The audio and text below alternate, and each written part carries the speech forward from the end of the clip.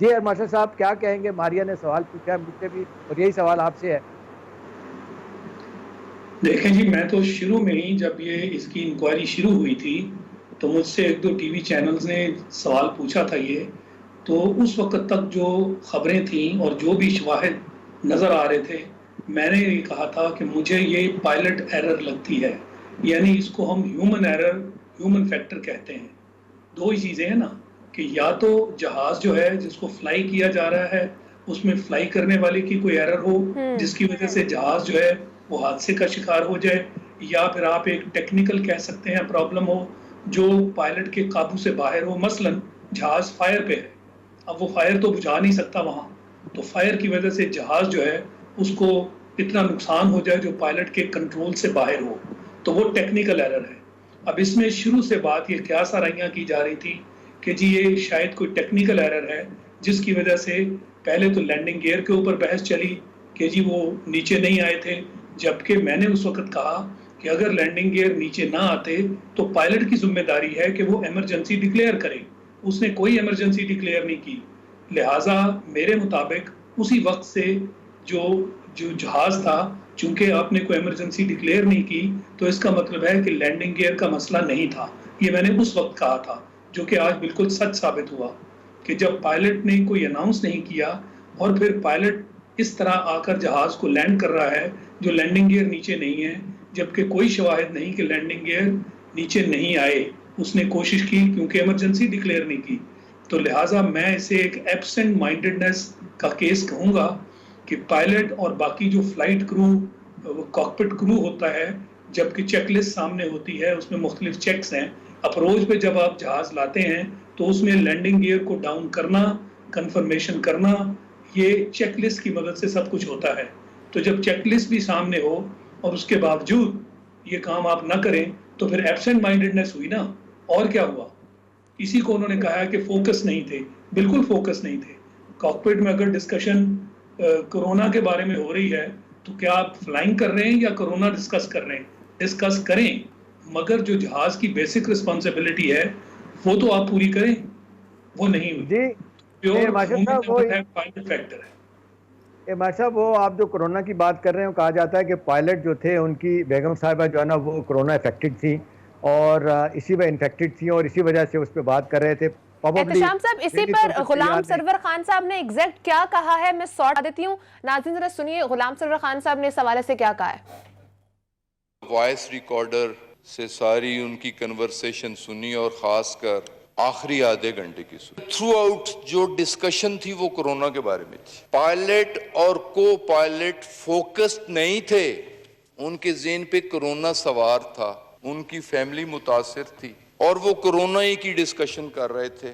Landing جی air marshal صاحب ایک تو یہ مارشل صاحب سوری ایک تو یہ بتا دیجیے گا اور دوسرا ساتھ یہ بھی بتا دیجیے گا، جو میرا خیال ہے وہ تو دنیا سے چلے گئے، ایک حادثہ ہوا آئندہ کے لیے میرا خیال ہے جو بہت بڑا ایئر مارشل صاحب سوالیہ نشان پی آئی کی کارکردگی کے بارے میں چھوڑا انہوں نے for all times to come. میرا نہیں خیال کہ لوگ پسند کریں گے ٹریول کرنا جب وہ کہتے ہیں کہ پائلٹ جو ہیں 600 پائلٹ ان کی جعلی ڈگریاں نکلی ہیں انہوں